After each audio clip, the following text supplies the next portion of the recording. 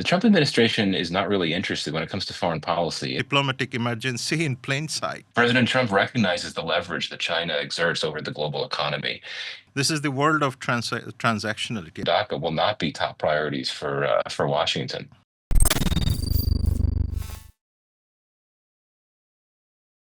Welcome to PowerPlay with Shahab Enam Khan, hosted by Alap.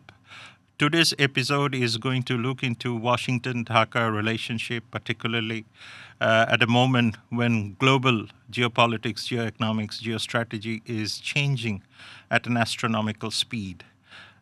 We get to hear this question quite often, that how durable is this partnership in a deal-driven post-liberal world order? And we are now seeing that the erosion of international order is taking place quite rapidly, which makes Dhaka quite worried about what is happening across the world, whether this will have a significant implication on Bangladesh's economy, Bangladesh's foreign policy, Bangladesh's defense industry, and everything.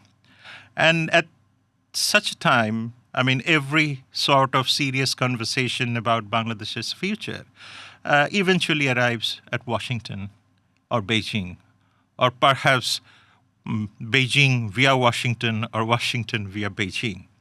And every conversation about Washington's South Asia policy, if you want to be very honest, eventually arrives at Dhaka. Not because it is the region's most powerful state, or perhaps the powerful state, it is not, but because in an era of transactional great power politics and competition, it is one of the most consequential swing states in the Indo-Pacific architecture. The Bangladesh Nationalist Party has swept to power. Jamaat-e-Islami is now a formidable opposition in the parliament. There are the students who has also come to the parliament, creating a very new parliamentary ecosystem, which has cracked the historic duopoly that we were habituated with. And Washington, where we have now Trump administration, who is rewriting the global world order too.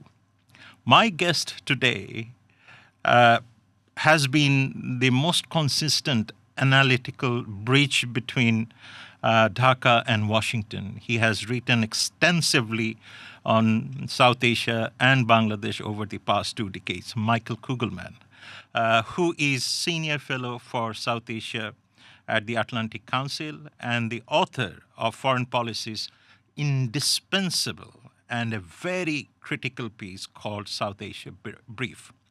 He was in Dhaka very recently. I had the opportunity to meet him. We shared same platform. We spoke at the Foreign Service Academy in Dhaka, and we had a very real conversation. And I believe what Michael will offer us will be very invaluable in shaping our understanding of Bangladesh-United States bilateral relation. With that note, Michael, welcome. Thank you very much. I appreciate the kind introduction, and great to be here with you. Look forward to the conversation. I can spend at least an hour introducing you.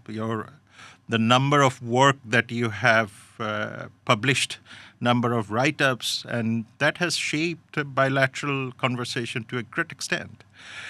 Before we start, let me tell you how we see, or what is the very fundamental premises of this particular conversation when it comes to Dhaka's relationship with Washington. United States has a multifaceted relationship with Bangladesh. It is not only politics that is very much in the play, but it is economics, society, psychology, political psychology. Everywhere you get to see that United States is very much present. Bangladesh is a very sovereign actor in an era of what you call competitive multipolarity, one that will engage with Washington on trade while deepening ties with Beijing, recalibrating with Delhi, and warming carefully with Islamabad. These are all the places you have visited and you have focused on. The question is not whether Bangladesh chooses America. The question is whether America can offer terms that make exclusivity worth considering, And in a Trump administration era, that calculation is far from settled as yet. Now, given that premises, I mean, one fundamental question is then what United States expect from Bangladesh, practically speaking, and what Bangladesh can actually offer, given Bangladesh's geopolitical limitations, limited trade baskets, and so on. And of course, you and I have agreed at the Foreign Service Academy that the changes that we get to see in the global order as well as in Washington, and perhaps slightly in South Asia, is a structural shift. It is not a stylistic one in the case of Washington or Trump administration. So my first question to you, what actually Washington wants or what we can offer to Washington?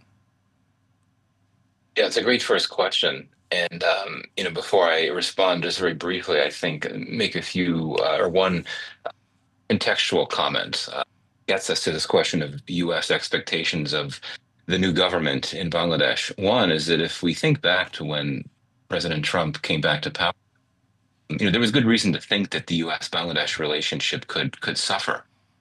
Several reasons. One is that the final months of the Biden administration a pretty significant shift in the U.S.-Bangladesh relationship. One in which you had the revolution in Bangladesh, and you then had major changes that led the Biden administration to really changed the way that it looked at Bangladesh, and that included a new emphasis on helping Bangladesh reform and providing support for technical assistance, and essentially supporting Bangladesh's efforts to reform and bring back democracy and so on. But those are not the types of things that President Trump cares about, quite frankly. So there was good reason to think that given how the relationship had shifted in the final months of Biden, that there could be some issues for the relationship as Trump took power. But if you look at how things have gone in this relationship over the year plus that Trump has been back in office, it's been in a pretty good place. It certainly has not been a deep substantive relationship in the ways that the U.S. would have with its top strategic partners, but it's been in a pretty good place. There have been a series of high-level engagements. Military exercises have continued to take place, and there are really no major crises in the relationship. So I think that's an important thing to keep in mind. There was a lot of skeptics, including myself, who thought that there could be some pretty significant challenges in store for the relationship with Trump. Things didn't go in that direction. Fortunately, for those of us that support Bangladesh and are friends of Bangladesh and support a warm, successful U.S.-Bangladesh relationship. But getting to your question about what is the U.S. looking for? What are U.S. expectations?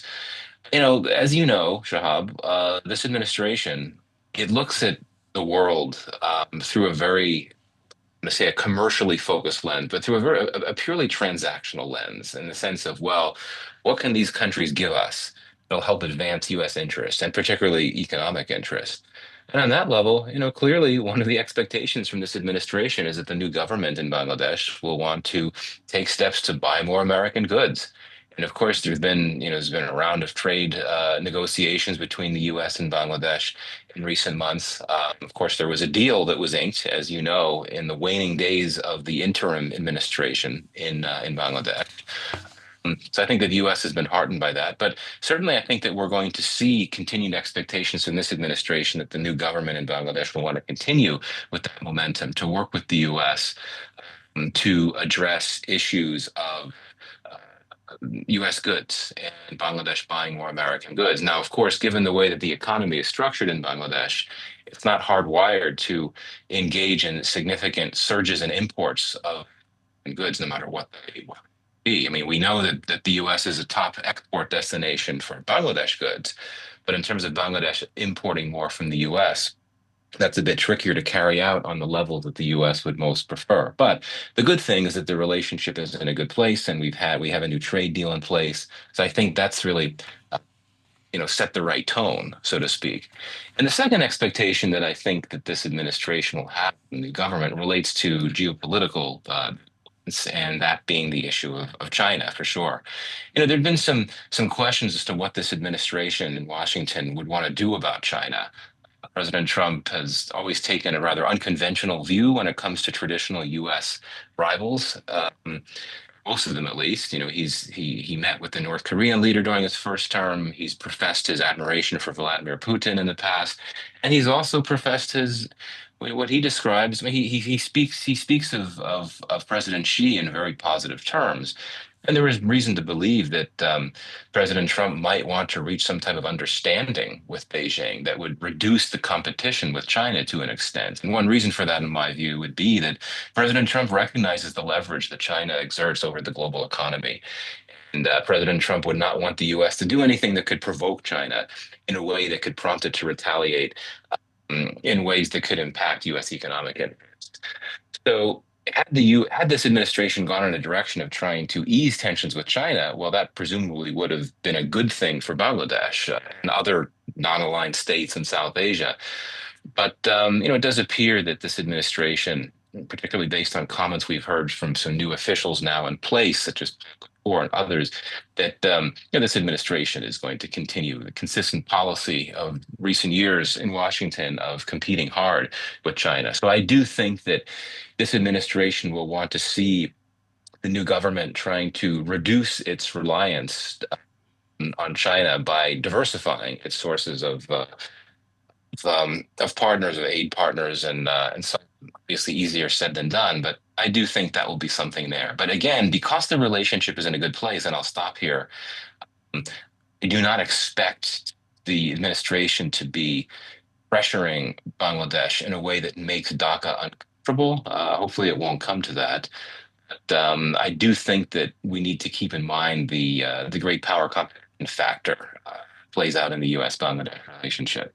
I think this is very critical, Michael. I think this is where the development trilemma comes in. On one hand, you cannot simultaneously keep Washington happy, but on the other hand, keep Chinese capital flowing, or perhaps protect domestic policy space, because these three things are very critical for the BNP government at the moment. Because if they want to have this stability, for sure, I mean, they would need to really keep all these three spectrum quite tidy and quite clean. And that's exactly where the main question comes, that whether Dhaka, the expectation that Washington has, whether Dhaka has the delivery capability or not. I mean, that brings me to my second important question, which is, now that you have the new government, and this government has come with a huge popular mandate. I mean, if you look at the public support for BNP is quite astronomical. At the same time, you now see that Jamaat-e-Islami is also in the parliament. So that is kind of a new kind of a political ecosystem that is developing in Dhaka. Now, the issue is whether these government, which has both BNP and Jamaat-e-Islami to be there, and definitely Awami League is not there. And that means this government has a very different kind of tones, different kind of public sentiment, and definitely it also holds the spirit of July 2024. Now, both of us agreed on one account over a dinner, where we also agreed that 2024 revolution was not essentially was essentially anti-autocracy, not anti-personality. That means how the current government will function will determine the future of stability. Is this the same view that Washington has, or Washington thinks that even if there is some sort of bypassing of democracy or squeeze space of democracy, Washington will be okay with that? Yeah, it's a great question, and I think you bring up an important point about mandate, the strong public mandate that the BNP government has, and the expectations of the Bangladesh public for the government, and how that could affect its policy priorities and, by extension, its ties with the U.S. Indeed, I mean, we know that the referendum, very wide margin on the ballot, which indicates that there's a very strong public mandate for this government to continue with the reforms plans tied to democratization that were pursued by the interim government. And I would argue that that is not something that really interests the Trump administration, to be quite frank. I mean, yes, we heard some happy, positive noises from the administration in terms of its reaction to the election in Bangladesh. I believe that the State Department, or maybe Assistant Secretary of State Kapoor himself, had professed support for how the election played out, relatively peaceful and so on. Indeed, it was. So I think that there was satisfaction from the administration there about the outcome of the election, and not the outcome, but the process. It was peaceful, that it was credible, and so on. As I said at the top, the Trump administration is not really interested when it comes to foreign policy. It's really not interested in values-based issues. And we heard a lot of talk about this notion of a values-based foreign policy during the Joe Biden administration, and others had argued that the previous administration viewed Bangladesh as a test case for its values-based foreign policy, which was one that embraced around promoting democracy selectively, for sure, but still promoting democracy and rights in foreign policy, which really had not been a part of any U.S. president's foreign policy priorities since going back to maybe the Bill Clinton administration and maybe even the Jimmy Carter administration before that. So it's a bit of a different situation. Most U.S. administrations have taken an interest-based approach to policy, not a values-based one. So coming back to Bangladesh, yes, the expectation is that the new government will want to act on the public mandate and continue efforts to pursue the reforms process. But that is not an area where the administration is going to want to be involved. I think it would be perfectly happy with it, but it's not going to have a view. Don't think that it would have any interest in providing technical assistance or guidance or advice or anything like that. And I think this ties into a broader concern for the relationship, for the U.S.-Bangladesh relationship. There are a number of, if you think about what will this government's top concerns be? Many of its top concerns are going to be concerns that, quite frankly, the Trump administration won't care about, right? One is the reforms process. Another is an issue like humanitarian assistance. And when it comes to the Rohingya issue, we could talk about this. Yes, the U.S. has excluded aid to Rohingya from the suspension and the ending of much foreign assistance in the region and everywhere. But still, that's an issue. And something like regional integration, climate change mitigation, these are things that the Trump administration won't care about. So I think that the two sides will need to manage those expectations, that some of the top priorities for Dhaka will not be top priorities for Washington. No, I'm just being candid with you. I appreciate. I think. One of the fundamental theory that I always work on is transactionality, and I have spoken about it at length. This is the world of transactionality, and you have rightly mentioned that there is a serious difference between Biden administration and Trump administration, and where commercialization of the relationship is very much there. And you have rightly mentioned that expectation management.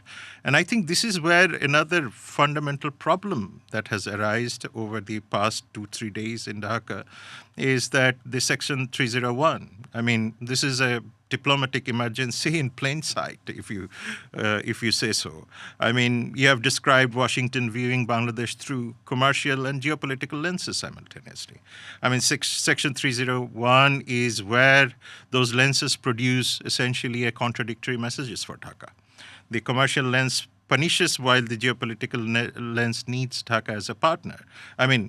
For sure, I'm taking your point very seriously, and I do think that is the right point to see that humanitarian issues and other issues are not the major issues when it comes to Dhaka-Washington relationship. Now, here is the whole thing. If Section 301 is there, and I have labeled it as a diplomatic embarrassment in the case of Bangladesh, then that means whether the negotiation that we had with Washington was really done in a very free and frank manner, the way we are speaking. I mean, we have to run our country with subsidies and so other things. I mean, that should have been a factor in our negotiation process. Now, if that is the case for a new government, and you have rightly mentioned that this is a very new government, brand new government that has inherited the trade deal that was done by the interim government. And with Mhm. 301, this new government is in awkward situation for sure.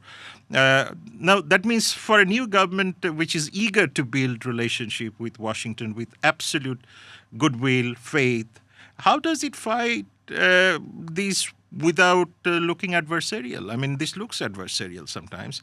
And is this the moment trade vulnerability becomes Dhaka's biggest strategic liability? I mean, if I see it from Beijing, they would always come and interpret it as a strategic liability, or even if you see it from any other trade perspective. Yeah, I mean, and this is the thing that any country, no matter how close to Washington, it always needs to be ready for the unpredictability of the Trump administration, and that includes this new decision to initiate these Section 301 investigations. And it's just something that Bangladesh will need to deal with. And as I understand it, this is not a bilateral issue. This is part of a broader that the administration is following. It's going to be investigating economies that extend far beyond Bangladesh to extend some of America's closest allies, like Japan and the EU and Korea and a few others as well.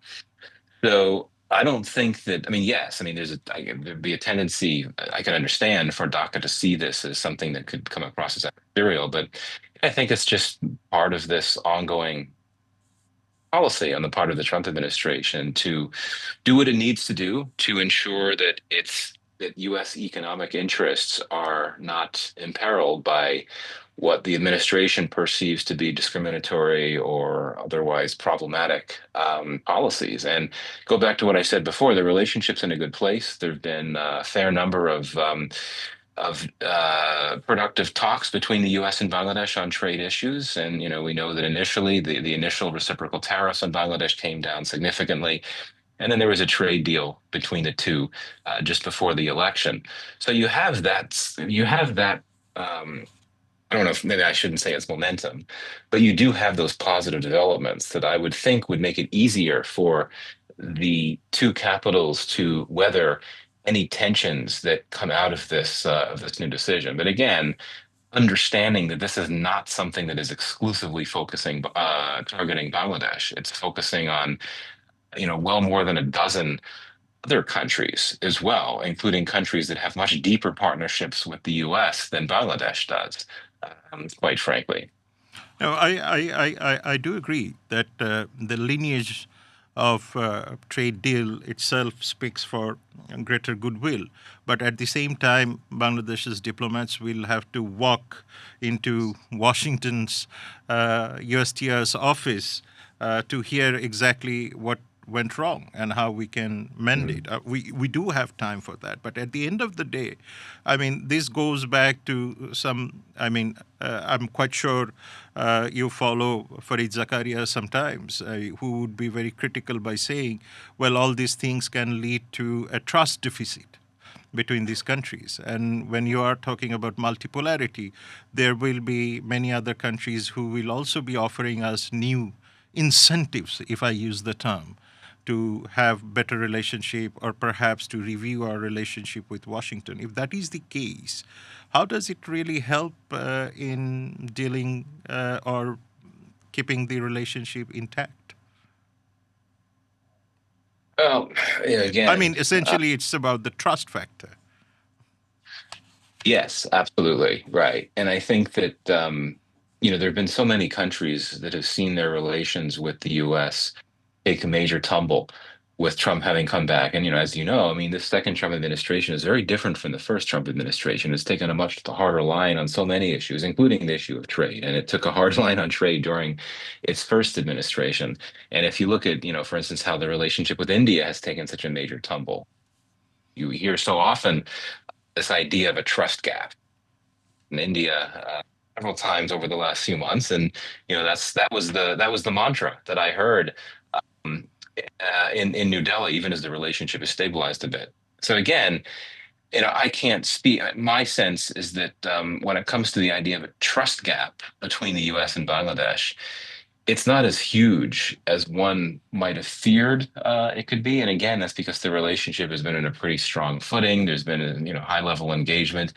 And here, we come to a, important issue. I'm not sure how much we're going to get into this, but the fact that for the first time we have a U.S. special envoy to Asia, Sergio Gore, who of course will be based in New Delhi as the ambassador to India. The fact that you have this very powerful official who's very close to Trump, has his ear, very easy access to the White House and to the president True. himself. He is, yes, he's in India, which might not be received well in Bangladesh, but he's in a position to engage very closely, including making trips, frequent trips to Bangladesh. And we've seen how Gore has sought to ease tensions with India with this sort of messaging. Yeah, I think that he's someone that we could look to as a figure that could help manage potential trust gap issues between the U.S. and Bangladesh as well. And as you know, I mean, Gore had a call, I believe, with Dr. Yunus Yes. some weeks ago. He's engaged on high levels with others in Bangladesh as well. But I think that's something to watch for.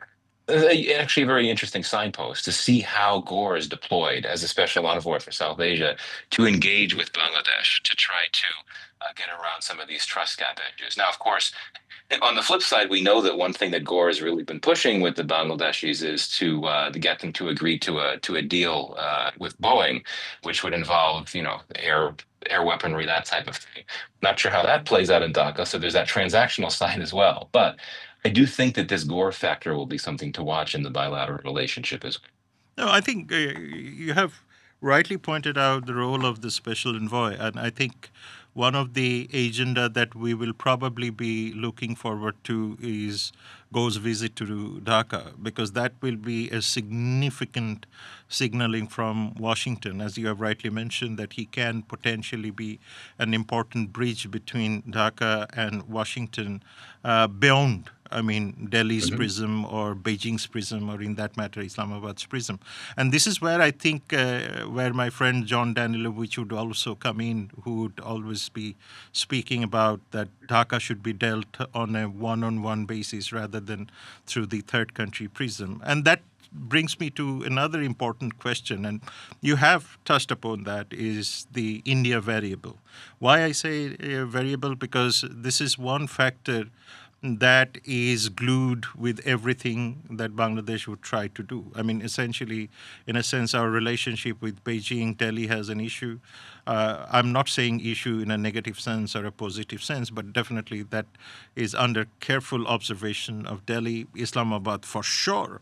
I Mhm. mean, if you look at the way Dhaka, Islamabad warming up, was one concern. I mean, even I get to hear whether Dhaka is planning to have a defense pact with Islamabad or not. I mean, this sort of, anticipation, this sort of tension constantly is ruling the whole thing. And then, obviously, post-Iran crisis, the relationship between Modi government and Trump government is going to get a new types of momentum, and particularly if you look at Indian domestic politics, where you get to see that the Modi government often gets the way I put it is criticism for not really dealing with Washington in a very consistent manner. Now, the consistency is not in the part of Delhi for sure, but definitely the inconsistencies that they have embraced has created political ruckus in Delhi. Now, that means that Bangladesh-India relationship is going through structural recalibration, and in that case, how would you see that this relationship, having all these variables everywhere, as a genuine reset under BNP? Or perhaps does it look better on paper than it will play out on the ground? Yeah, the India factor is crucial, and I can get into briefly how it plays into U.S. Bangladesh as well. Yeah, I mean, New Delhi had been signaling for months it would be much more comfortable engaging with the post-election government in Bangladesh and the Yunus interim administration. Indeed, there's been indications since the new government took office that New Delhi is indeed ready to engage. I mean, indeed, the history of India's relations with BNP are not the best. I do think that India saw a BNP victory as the least bad outcome from its Right. own perspective. It certainly did not want Jamaat leading the next government. We know why the case from New Delhi's perspective. So I think it'll be ready to engage. But I think that the biggest question marks may come from the Bangladesh side. Tariq Rahman has been, would argue, very careful in his public messaging about India. I mean, he has not said that he has no interest in trying to repair the relationship, but he's been very cautious. I mean, he really said that to be an equal relationship, Bangladesh's interests first. It all makes a lot of sense. But as you know, the prime minister will need to, I think, manage this what I would describe as a strategic imperative. Indeed, the imperative, not just the importance, but the imperative of getting the relationship with India back on track. Balance that with political considerations at home, rooted in the fact that there's significant levels of anti-India sentiment among the public in Bangladesh, and particularly with Jamaat and the NCP now taking up seats in the opposition. I think that there'll be even more pressure on the BNP to be careful about how it engages with India. So that'll be a factor right there. And there's also the Sheikh Hasina factor. Um, India is not going to. India would not respond to a formal extradition request from Bangladesh to send Hasina back. It would not do that. We know that. I think that will continue to be a bit of a thorn in the side of the relationship between the two, including with the BNP now in office. But certainly you could start with small things. You could start with some high level engagements, with a meeting of the foreign ministers, that type of thing, and try to go from there. Now, there had been fears among many in Bangladesh. The Trump administration would essentially defer to India's position in Bangladesh, which could have been problematic in the views of many in Bangladesh that mistrusted India's intentions in Bangladesh. But because the U.S.-India relationship took a tumble during the first year of the Trump administration, we didn't see that at all.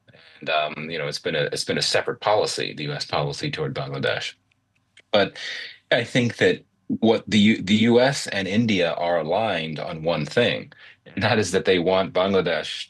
They would prefer to see Bangladesh doing less business with China, even though, of course, the U.S. and India both do plenty of business with China. And we just recently, India Yes. decided, it announced, yeah, loosening scrutiny of new Chinese investments in India. Anyway, so there's always going to be some hypocrisy at play, right?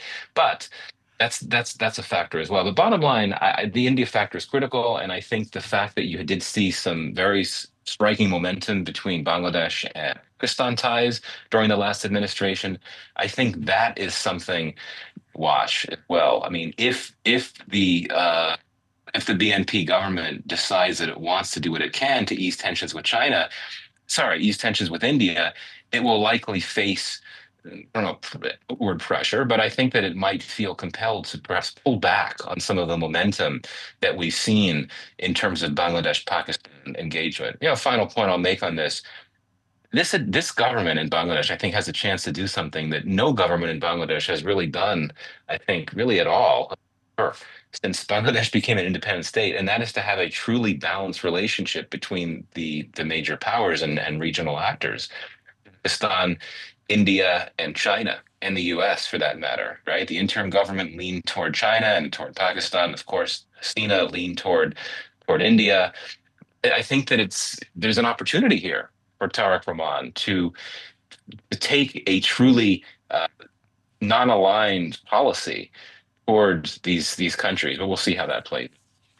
Yeah, I was in an ASEAN meeting a few weeks ago in Cambodia, where I tried to coin a foreign policy, I would say, slogan.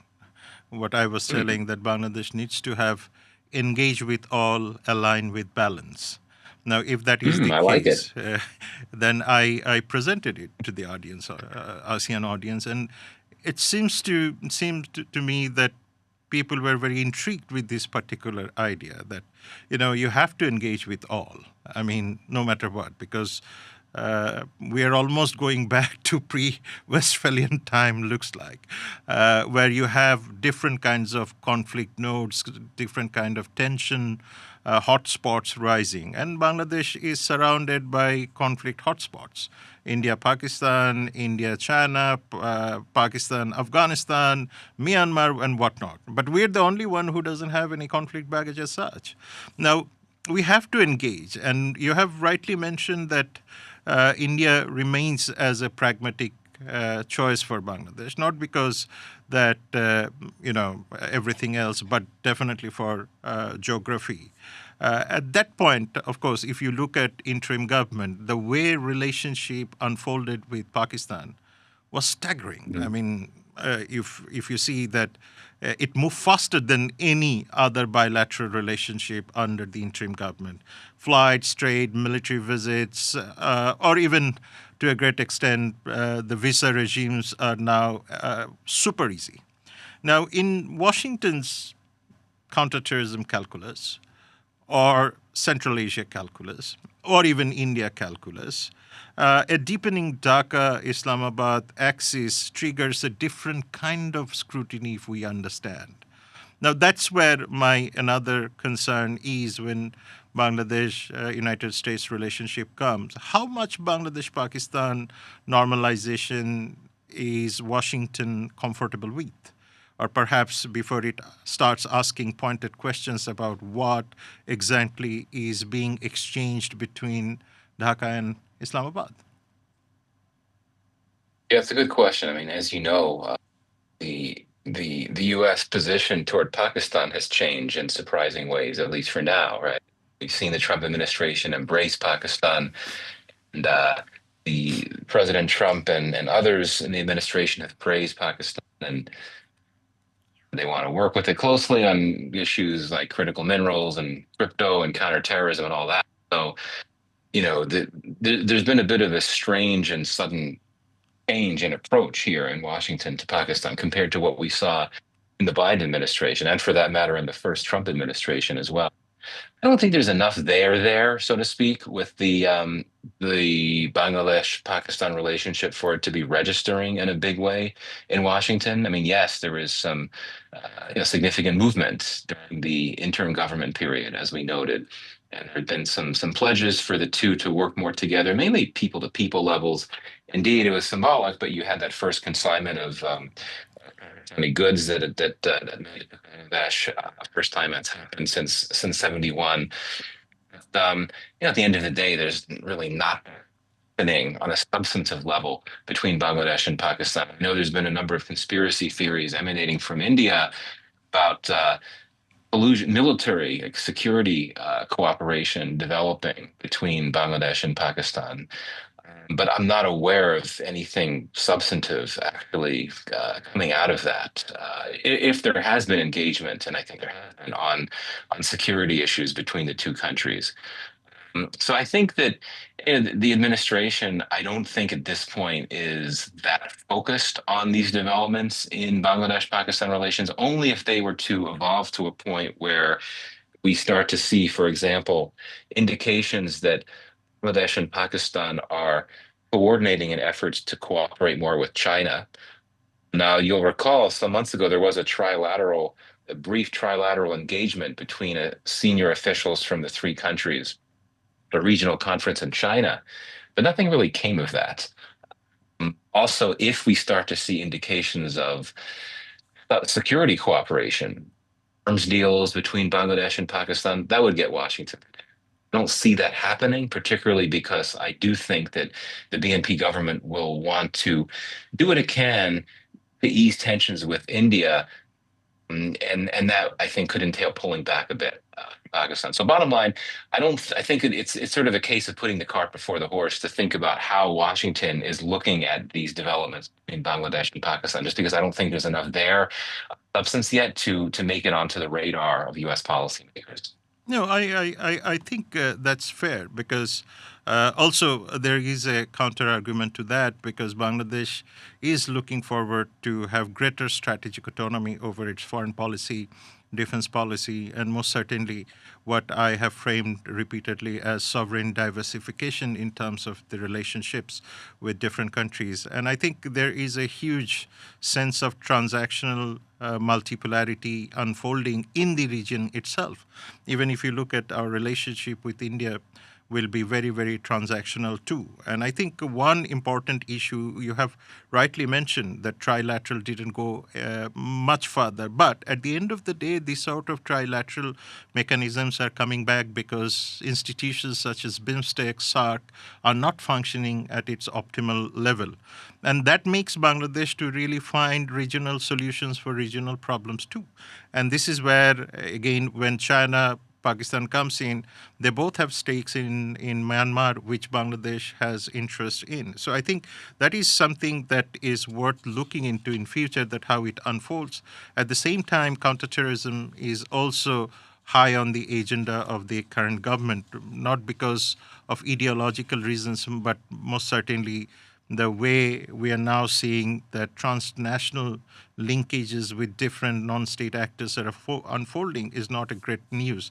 And that is where I think Pakistan again comes in, because Pakistan's terrorism trap is an important factor for us. I mean, if you look at extremism, if you look at TTP functioning in Af-Pak border, or what you are seeing in Afghanistan, everything has some sort of importance in the case of Bangladesh in its pursuit against extremism and radicalization. And unfortunately, that USAID or US government were very much part of Bangladesh's capacity building in terms of counterterrorism, counter-radicalization, which is not there. Now, is Bangladesh, do you think that is Bangladesh uh, at risk of a version of the same trap of extremism, radicalization that we often get to hear in different kind of media?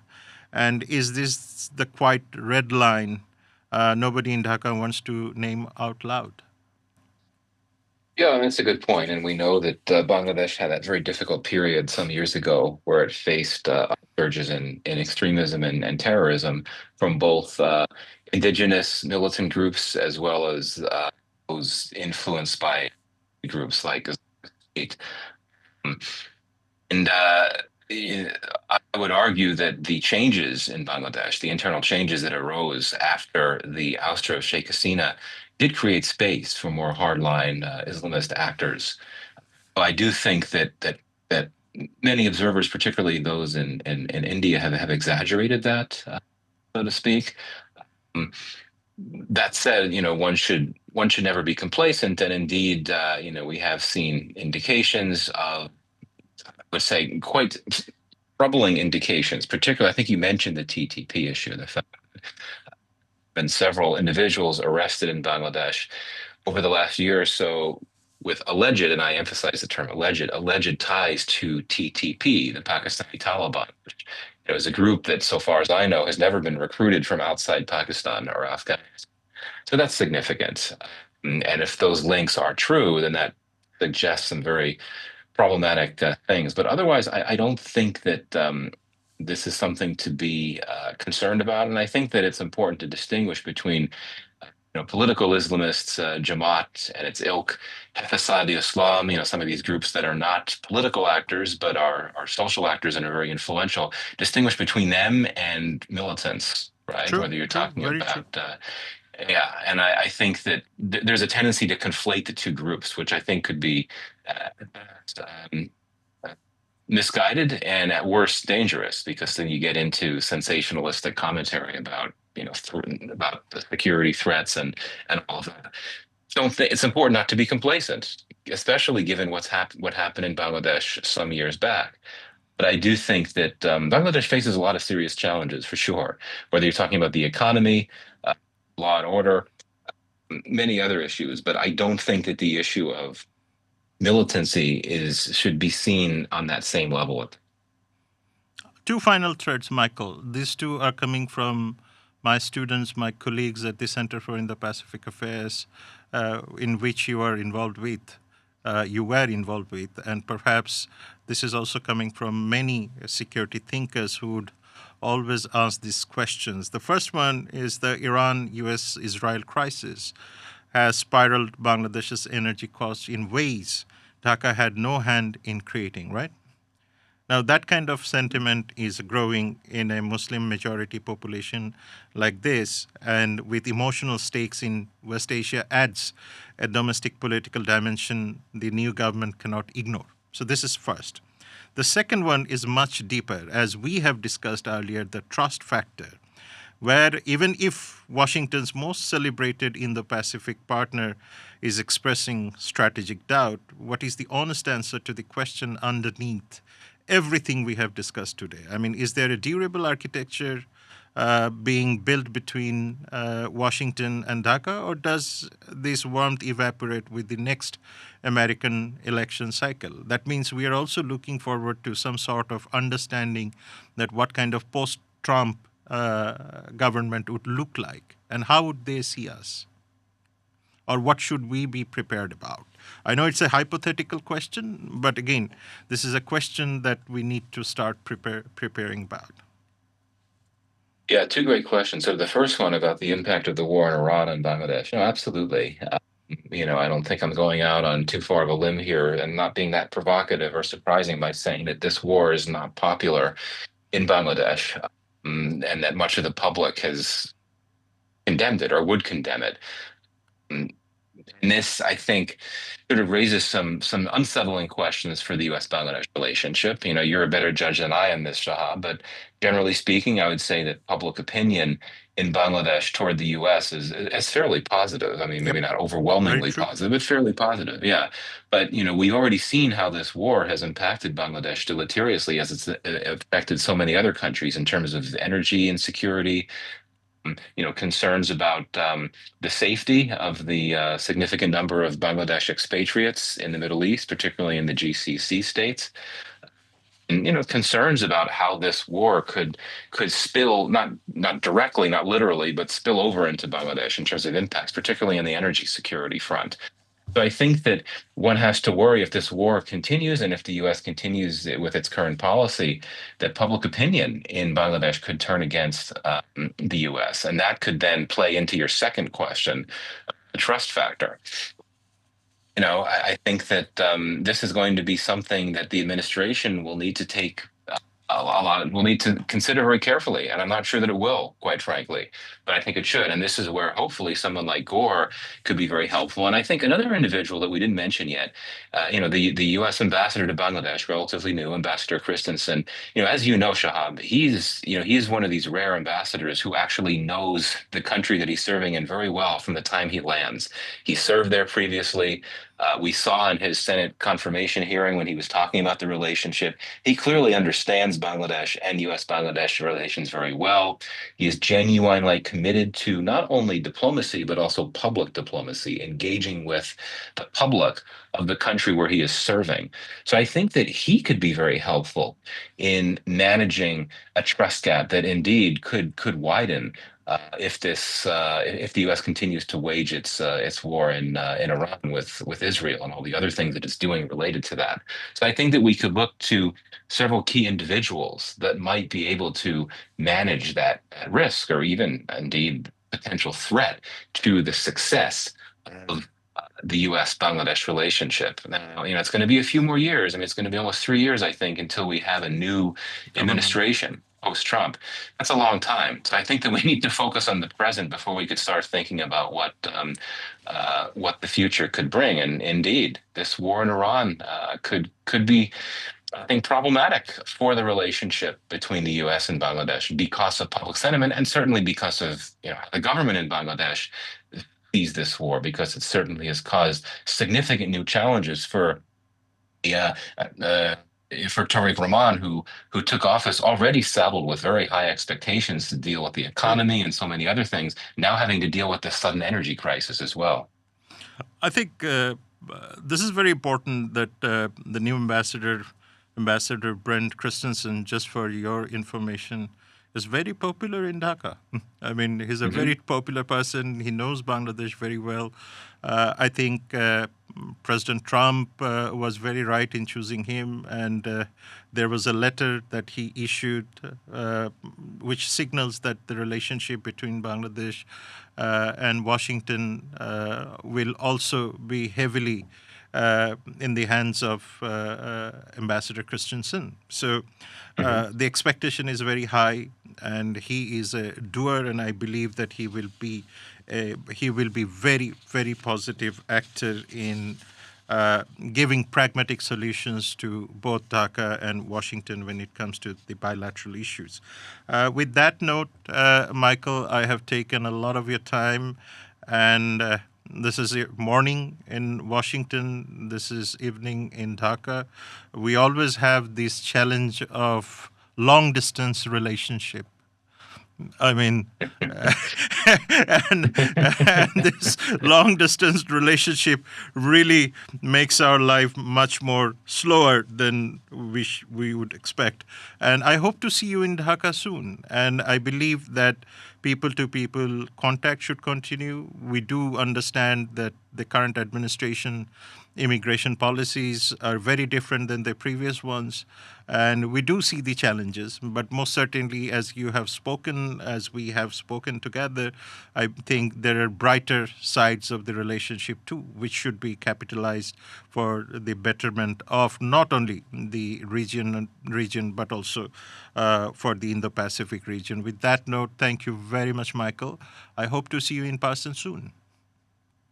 Yes, absolutely.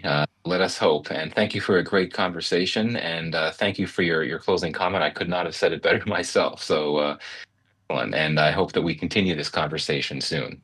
Let me say bye to my audience. Dear audience, you have listened to one of the most important strategic thinkers and mind who follows Bangladesh very closely, as well as South Asia. So our discussion was not only limited in the bilateral spectrum between Bangladesh and United States, but also we looked into what's happening in West Asia, what is happening in South Asia, and of course, East Asia. And I think what Michael has brought to the table is a sheer sense of optimism. And I think he recognizes that what is happening in West Asia is also putting challenges for the very new government that we have in Bangladesh. So therefore, I think we have also seen that relationship should be pragmatic. Each other should expect pragmatic issues from each other, and we should be prepared for a multipolar, commercialized relationship in future. With that note, thank you very much for your time, your patient hearing, and a warm thanks to Michael Kugelman, who has spent this evening with us.